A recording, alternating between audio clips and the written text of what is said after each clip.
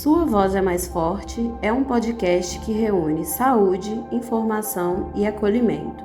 Edição especial Palavras que Inspiram. Olá, está começando o podcast Sua Voz é Mais Forte. Dessa vez trouxemos a edição especial Palavras que Inspiram. Eu sou Ana Carla, enfermeira navegadora da SEDS Oncologia, e hoje vamos falar sobre um tema muito importante na vida de todo mundo, a sexualidade. E hoje, para falarmos deste assunto tão importante, principalmente na vida dos pacientes oncológicos, convidamos a oncologista Emanuele Gates, da SEDS Oncologia. Olá, pessoal. É um prazer estar aqui para a gente debater esse tema tão importante. E também trouxemos a sexóloga e psicóloga Graziele Chantal. Bem-vinda. Muito obrigada pelo convite. É um prazer estar aqui com vocês para discutirmos esse tema tão importante. E hoje a gente vai trazer diversas perguntas, né? A gente que tem hoje na SEDS Oncologia a linha de mama, né? E as pacientes trazem muito esse tema de sexualidade porque na maioria das vezes essas pacientes não falam por vergonha, por medo da sociedade, e esse tabu ele precisa ser quebrado, né? Verdade. Nada mais justo do que a gente trazer essa conversa aqui e chegarmos até ela com esses assuntos tão importantes, né? Com certeza. E aí a gente se pergunta, por que falar sobre isso, né? Por que esse assunto precisa vir à tona, ter em rede social, né? E, doutora Emanuela, quando a gente fala sobre o câncer de mama, geralmente as pessoas elas pensam só em exames, né? Cirurgia, qual que é o melhor tratamento para esse paciente. Mas a senhora poderia explicar por que também é tão importante olhar para aspectos como a sexualidade e a qualidade de vida do paciente com câncer de mama? Claro, Ana. Pergunta muito importante. O que acontece? Hoje em dia a gente tem cada vez mais o diagnóstico de câncer de mama em pacientes mais jovens, né?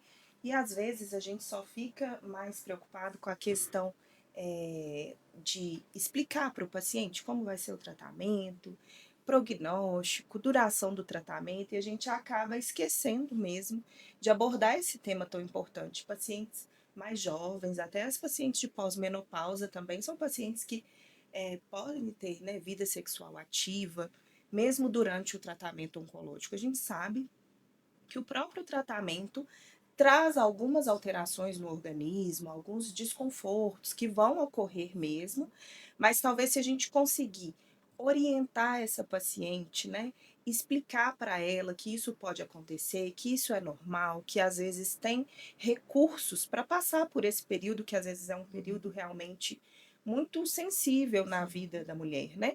E ela pode passar por esse período de uma maneira mais amena e a gente tentar buscar essa qualidade de vida também com relação à saúde sexual. Sim, com certeza. Muito bom estar abordando esse tema e justamente por isso, né? Porque às vezes no consultório, no dia a dia, às vezes elas não trazem essa informação para Verdade, você. por vergonha, né? Sim. Ou por achar, meu Deus, eu tô com câncer. Isso agora não é minha prioridade, mas tem que ser sim, né? Com Sim, certeza. Com certeza. E na sua visão, doutora Graziela, por que falar de sexualidade é fundamental no contexto de câncer de mama? Então, a sexualidade está prevista na Organização Mundial de Saúde como algo parte integral da vida do ser humano. Verdade. E a gente precisa falar de um ser humano que é bio, psico, sócio, espiritual, e aí eu também acrescentei sexual. Verdade. Nós não falamos de sexualidade, nós falamos de sexualidades no plural, porque nós somos diversos, né, doutora? Verdade. E aí a gente precisa trazer esse tema de uma forma leve, e falar de sexo deveria ser algo leve, assim como a gente fala de comida, por exemplo, justamente como a doutora disse, para quebrarmos tabus e para que a gente possa trazer isso para esses pacientes de uma forma que eles não abandonem o seu autocuidado, a sua autoestima, para que não percam a sua identidade.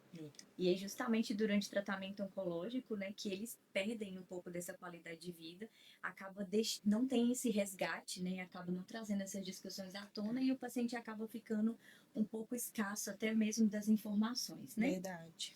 E, doutora Emanuela, diante de tudo isso, né, que a gente já discutiu, qualidade de vida, os tipos de tratamento, igual eu falei, que muitas vezes as pessoas param e só pensam nisso, né?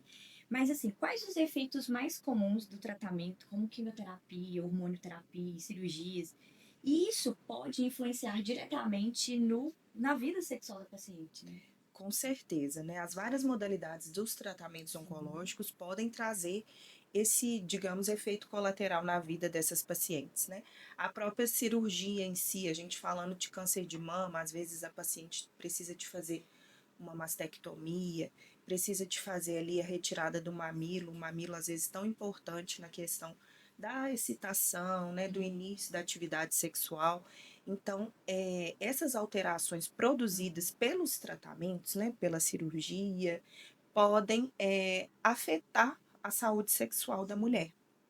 Também a quimioterapia, a hormonioterapia, que são modalidades de tratamento, né, que a gente faz no câncer de mama, eles também podem afetar a saúde sexual através da redução do estrogênio. Esses tratamentos, eles vão produzir uma falência ovariana. Então, a mulher vai, se ela é mais jovem, né, ela vai ser induzida a uma menopausa, e aí esse nível reduzido do estrogênio altera diversas coisas no organismo dela.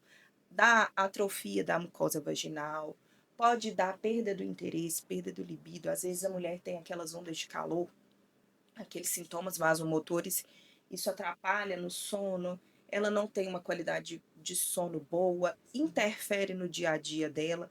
O próprio tratamento oncológico também, né? Pode, né? A pessoa vai fazer uma quimioterapia, são tratamentos que dão efeitos colaterais, tudo isso vai interferir como um todo na saúde sexual da mulher. E também a radioterapia, às vezes, pode, né? Hoje em dia a gente tem tratamentos muito modernos que cada vez menos dão lesões na pele.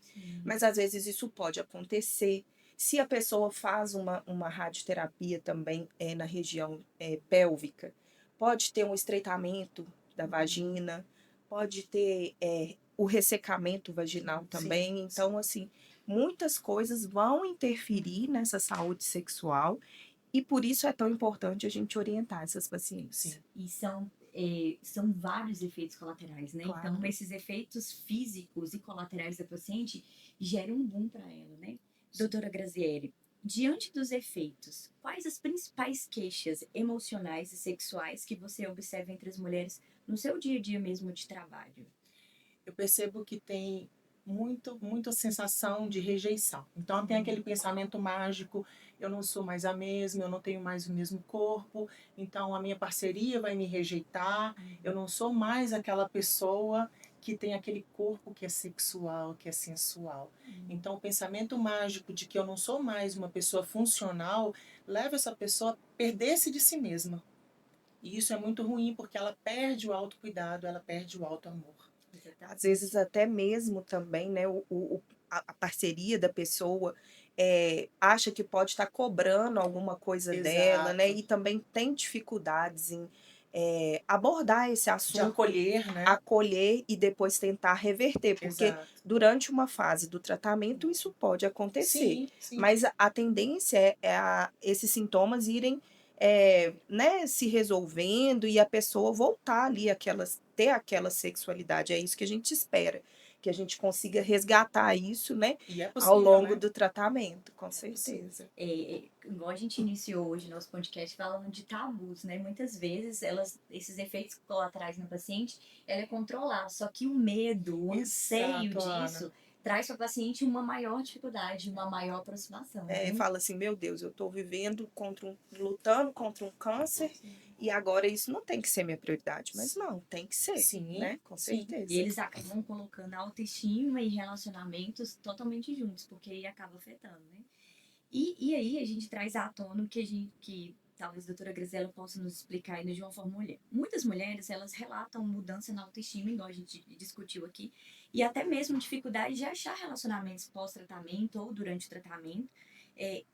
Como trabalhar essas questões, né? Como incentivar essas mulheres no consultório de psicologia e sexologia, como ajudar essas pacientes, né? Essas pacientes precisam quebrar esse tabu, não ter medo de se relacionar, né, com outras pessoas, de conhecer outras pessoas durante o mesmo tratamento e até pós, você pode, né? A gente tem que pensar dessa forma. Sim. Gente, se sexualidade é um tabu para todos nós, imagina sexualidade para o paciente que faz tratamento oncológico. Então é Verdade. mais desafiador ainda. A nossa sociedade é muito cruel no que tange sexualidade. A gente fala de tudo: política, economia, saúde, comida, roupa. Mas quando vai falar de sexualidade, a gente cochicha. A gente fala E baixinho. tem a vergonha também, vergonha, né, Ana, de né? trazer, às vezes, para o médico esse assunto, né? Exatamente. Porque, às vezes, é um tabu mesmo, né? Uma coisa Sim. tão íntima, porque Sim. como que eu vou abordar isso? Mas tá na hora de falar sobre isso nesse momento? Será que isso é relevante? Mas Sim, é relevante. relevante. Né? Então, o que eu oriento? Primeira coisa é essa mulher encontrar-se novamente com esse corpo nessa fase. Então, que corpo é esse? Que corpo que eu tenho nesse momento? Então, buscar esse contato com esse corpo. Tem um exercício que eu passo no consultório chamado autofocagem corporal, que é você entrar no banho, apagar a luz, colocar uma vela, uma música suave, e você tocar esse corpo, acolher esse corpo novamente e tirar a sexualidade da zona erógena e levar para as outras áreas do corpo. O nosso corpo todo é libido. Então, quais as outras áreas que eu gosto de ser tocada, acariciada no rosto, no pescoço, na barriga, e encontrar-se novamente com esse corpo? Cuidar da sua autoestima, cuidar daquilo que você acha que acabou. Não, eu só estou me redescobrindo. E quanto mais eu redescubro esse corpo, mais eu vou conseguir também me conectar com o outro, porque primeiro eu me priorizei. Exatamente. Primeiro se conhecer, né? Exatamente. Trazer esse conhecimento próprio da própria pessoa e também buscar essa questão com a ajuda de outros profissionais, que é muito importante, né? Sim. E aí, doutora Emanuela, a gente traz uma pergunta muito importante. E na consulta médica? Como que a senhora orienta esses pacientes? Porque muitas vezes o paciente faz assim, ó, ou ele pergunta, quando ele cria muita intimidade com um profissional de saúde, e às vezes ele acaba trazendo para o enfermeiro essa pergunta, o enfermeiro assistencial lá dentro mesmo, mas ele não traz para o médico. E como a senhora, nas suas rotinas diárias aí como oncologista, como que a senhora traz, como que a senhora aborda esse assunto para essa paciente? Esse receio dela da sexualidade, do início de tratamento, que não precisa ficar com medo, né? A gente tem que procurar ser o mais leve possível, né? Grazi já tem trazido isso pra gente, mas a gente tem que procurar ser o mais leve possível. Introduzir na consulta mesmo, mas como que tá a questão da parte sexual, né? Às vezes a gente incentivando essa paciente a falar, ela se sinta mais à vontade, né? Então, assim, a gente tem que tentar, além de orientar, né, quais são os efeitos colaterais do tratamento, como que vai ser, trazer esse assunto, assim, de uma maneira leve, né? Perguntando se como parte da anamnese, né? Exatamente, né? Fluido, Se tem alguma queixa, alguma coisa que possa estar incomodando, para a gente tentar ajudar. Nem sempre o oncologista vai conseguir resolver, né? Mas a gente tem o apoio da equipe multi, né? Da psicologia, da fisioterapia, que vão nos ajudar a integrar esse cuidado, né? Trazer essa estratégia prática, né? Exatamente. Do profissional, multiprofissional, que está ali diariamente com o paciente, pode ajudar a solucionar essas causas, né? Exatamente. Trazer como estratégias mesmo práticas para o dia a dia desse paciente, né? Verdade. Fazer com que esse paciente se sinta à vontade no meio, encaminhando ele ao profissional certo, ideal, né? Porque muitas vezes o único momento que ele vai conseguir se abrir vai ser a gente enquanto profissional da saúde, porque muitas vezes esse assunto ele não é levado para casa, não é levado para o parceiro, não é levado para ninguém, né? Principalmente igual a gente iniciou hoje nosso podcast falando que o câncer de mama, ele tem atingido pacientes muito novos, né? Que tá aí com a sua vida sexual ativa, né? E acaba pegando de surpresa essas pessoas, esses jovens de hoje, e aí não sabe lidar com toda essa situação. E pensar que cerca assim, de 2/3 das nossas pacientes, elas têm um tipo de tumor, que é o tumor com receptor hormonal. E ela vai fazer uma terapia que pode interferir diretamente nessa questão sexual.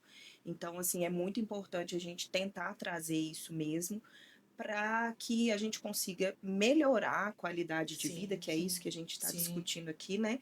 Para melhorar a qualidade de vida da paciente e ajudá-la também a passar por esse processo, né? Hoje em dia a gente faz tratamentos cada vez mais longos, né? 5, 7, 10 anos. Então, assim, ela não precisa ficar sofrendo esse período todo, sobreviver ao câncer, mas com uma qualidade de vida ruim. Não é isso que a gente quer, né? Sim. Exatamente. E tipo assim, e o que hoje, como a gente né, já até falou de estratégias práticas, Existe, doutora Emanuele, orientações médicas ou recursos que podem ajudar, por exemplo, a reduzir sintomas físicos, né? A gente sabe que muitas dessas pacientes, por fazer, às vezes, longos tratamentos, ou tratamentos, às vezes, muito pesados, né? Que a gente fala, termo mais pejorativo da coisa, como dor e ressecamento vaginal, né? Então, às vezes, muitas vezes ela sofre ali durante o tratamento, não comunica seu médico, não comunica nenhum outro profissional da saúde. E quais orientações que podem reduzir a dor, o ressecamento vaginal durante, né, esse tratamento ou após o tratamento mesmo? Porque alguns efeitos colaterais, eles demoram um tempo para, né, deixar a paciente mesmo, para melhorar esses sintomas mesmo. Então, a questão do ressecamento vaginal, né, que pode gerar essa dor, a gente consegue abordar através do uso de lubrificantes vaginais, hidratantes vaginais. A fisioterapia também consegue, né, trazer algum benefício. Hoje em dia, o uso do laser íntimo, né, também ajuda nessa questão, melhorar a questão da lubrificação, do ressecamento, orientar a paciente, né, às vezes ela pode usar esses lubrificantes na hora da relação para ter um pouco mais de conforto, né, melhorar a questão do sexo vaginal, fazer o laser, fazer a fisioterapia. Então, assim, existem estratégias de tratamento que a gente pode ajudar. A gente sabe também, né, Grazi, que muitas das nossas pacientes têm depressão associada. Sim. E às vezes o próprio antidepressivo pode interferir ali também na redução da libido. Exatamente. Dificultando mesmo com que ela tenha o início de uma relação sexual, de algum prazer mesmo na hora da relação. Então, assim, se a gente conseguir abordar todos esses temas e orientá-las com relação a esse tratamento para a dor, o que a gente consegue fazer? A gente consegue melhorar esse sintoma e diminuir um pouco a incidência desse efeito, né, que é muito comum nas pacientes oncológicas. Sim. E aí, quando a gente fala, né, de orientações que o médico deu, que o profissional da saúde deu, a gente pula e Grazi. E do ponto de vista emocional e sexual? O que a paciente pode fazer de prática para reconectar com a sexualidade e prazer? Né? O que essa paciente pode fazer de bom, trazer para a vida dela e o que ela pode praticar de bom para que esse desconforto, esse tabu seja quebrado, todos esses assuntos envolvidos que a gente já envolveu e discutiu hoje. Primeiro, vamos falar de sexo e sexualidade em voz alta. Sim. Quando a gente fala em voz alta, a gente autoriza outras mulheres a falarem sobre isso também. Verdade. Segundo, vamos nos conectar com a nossa parceria, aumentar o tempo de namoro, beijar mais, abraçar mais, ter mais toque físico, deixar o sexo penetrativo para depois. E aumentar esse tempo de namoro, onde vai ter mais proximidade, mais intimidade, mais leveza. Quanto mais a gente aumenta esse tempo de namoro, mais a gente vai conseguir ter um sexo sem dor. Porque sexo com dor não é um sexo gostoso, vira um sexo obrigatório. Verdade. E sexo obrigatório fica aversivo. Se doer uma vez, eu não vou querer transar novamente. Então, quando, igual a doutora traz, o uso de lubrificante, mas eu nunca precisei usar lubrificante, agora eu vou ter que usar. Agora sim, depois passa. Mas nessa fase em que eu preciso reconectar com o meu corpo, com a minha sexualidade, vamos usar o lubrificante, tenha mais de um, tenha dois. Eu falo com as minhas pacientes, tenha nas bolsas, tenha nos cômodos da casa, mas tenha, para que você não abra mão da sua sexualidade, do seu prazer. Sim, sempre na bolsa, viu, gente? Sempre na bolsa. E aí a gente abre um leque de tabus e diálogos, né? E aí eu deixo aberto para vocês. Muitas mulheres têm vergonha de falar sobre a sexualidade. A Grazi falou, vamos falar em voz alta, meninas, porque esse tabu precisa ser quebrado. Com seus médicos ou familiares, né?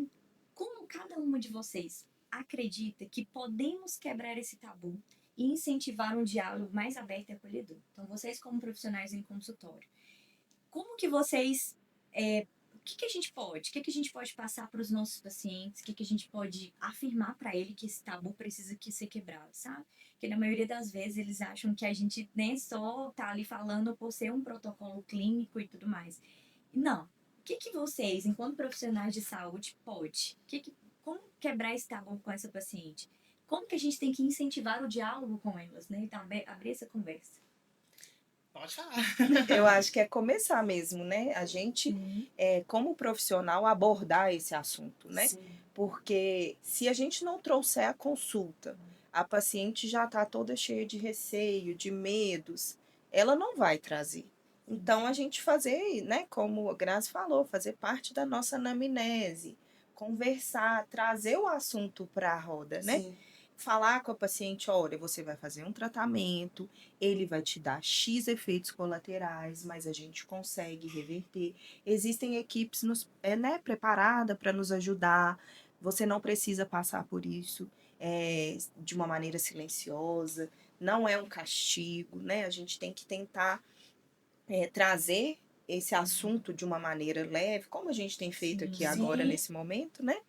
Para fazer com que a paciente sinta-se confortável em abordar esse assunto com a gente, né? Então, eu acho que o fundamental, um dos passos principais é trazer mesmo esse assunto, é quebrar os tabus, quebrar as barreiras, educar essa paciente, né?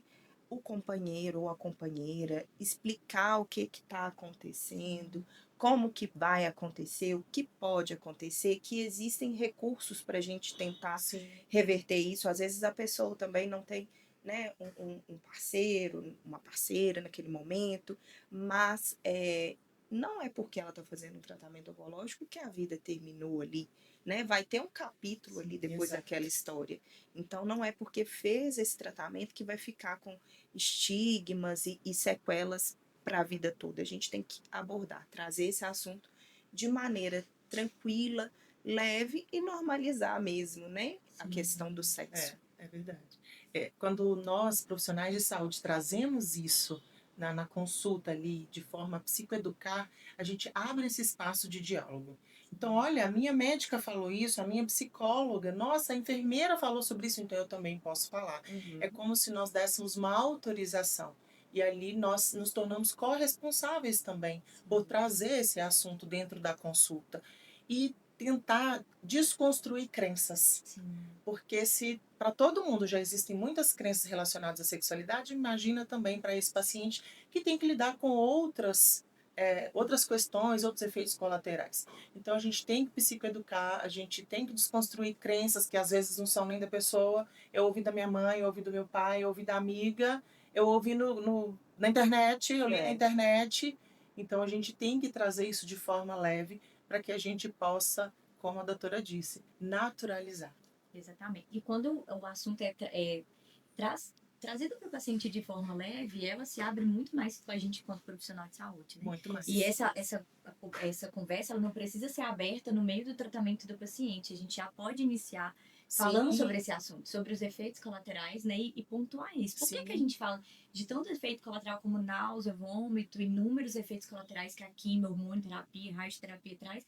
E por que a gente não iniciar uma primeira consulta com o paciente trazendo esse assunto, né? Acho que a gente precisa, se for parar para pensar em todos os protocolos, de como, né, das primeiras consultas com o paciente, trazer à tona já, sabe? Porque aí, muitas vezes, o paciente não perguntou justamente porque ele não foi questionado. Exatamente. Porque não foi aberto esse assunto para ele. Eu acho que esse tabu, esse asterisco, né? É trazer previsibilidade, né, Ana? Exatamente. Quando a gente traz essa previsibilidade, a gente vai ensinar o paciente a buscar recursos. Desejo não cai do céu. Sim. Isso para todos nós. Nós precisamos ali construir o desejo sexual.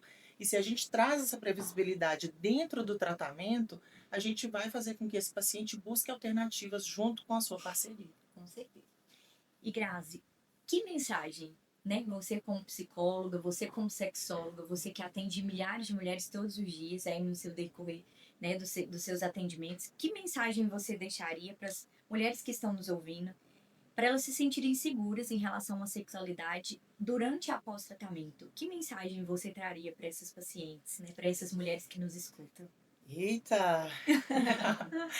Você não está sozinha. Você tem direito a viver a sua sexualidade de forma plena, como parte da sua vida. Você não está finalizando a sua história aqui agora. Pelo contrário, é só uma fase e, como todas as fases da nossa vida, vai passar.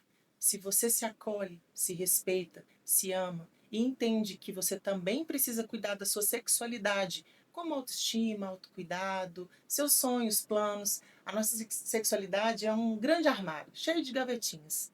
E o sexo é só uma dessas gavetinhas. Então, se você organizar todas as outras, autoestima, amor próprio, sua vida profissional, pessoal, você também vai organizar a sua vida sexual. Então, não abra mão da sua história de vida, não abra mão de você, se acolha, se respeite e se ame. E na perspectiva médica, qual o recado, doutora Emanuela, mais importante que a senhora, na sua trajetória de médica oncologista, queria deixar nesse Outubro Rosa? Outubro Rosa é onde a gente levanta essa bandeira. Mas não é só o outubro, é como um todo, é trabalhar isso. Qual mensagem você, como médico oncologista, traz para os nossos pacientes e diversas outras pessoas que estão escutando nosso podcast? Então, lembrar, né, que o câncer é um capítulo na sua história. Ele não vai ser a sua história como um todo, né? Sim. Vão ter dificuldades, vão ter períodos desafiadores, vão ter efeitos colaterais, tanto físicos, emocionais, né, relacionados à sexualidade, mas todos eles a gente pode abordar e trazer de uma maneira mais leve, né? O paciente vai ficar tanto tempo em tratamento, né? A gente pode acolher isso, a gente pode tentar ajudar. Nem sempre o oncologista vai ter todas as respostas, mas aí ele pode encaminhar para a equipe, encaminhar para a psicologia, encaminhar para um ginecologista, todos formando uma rede de apoio mesmo para essa paciente. E o mais importante, né, que eu queria deixar para as nossas pacientes, os familiares, lembrar que vai ser um período, não vai ser toda a sua história.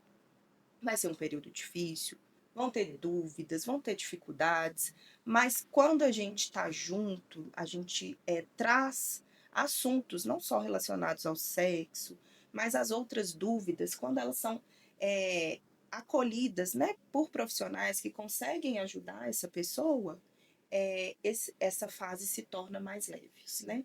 Então, eu acho que o que a gente tem que orientar as nossas pacientes é buscar informação, educá-las, para que esse período seja um período um pouco mais leve nessa história dessa paciente, dessa família. E que o capítulo desse livro não termina, né? Exatamente. Ele pode continuar de uma maneira muito mais leve.